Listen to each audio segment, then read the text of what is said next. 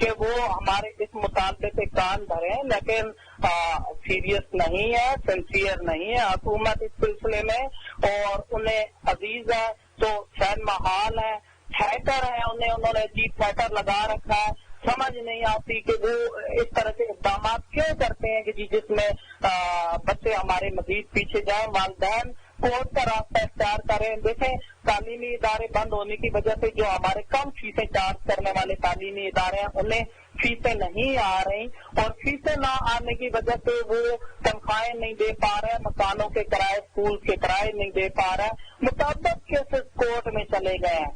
تو دیکھیں میں ہمیشہ یہ کہتا ہوتا ہوں کہ ریاست جو ہے وہ ماں کی حیثیت رکھتی ہے، اور اگر آپ تعلیم سے بچوں کو دور کر دیں گے، اساتذہ کو آپ بے روزگار کر دیں گے، تو آپ کے ایسے وزیروں کے کم از کم ہوتے ہوئے جو اس طرح کی بیان بازی کرتے ہیں، تو ان کے ہوتے ہوئے ہماری جو برتر اقتدار پارٹی ہے اسی کسی دشمن کی ضرورت نہیں ہے، ان کی ساکھ کو مجروح کرنے کے لیے اسی طرح کے وزیر اور مشیر کافی ہیں۔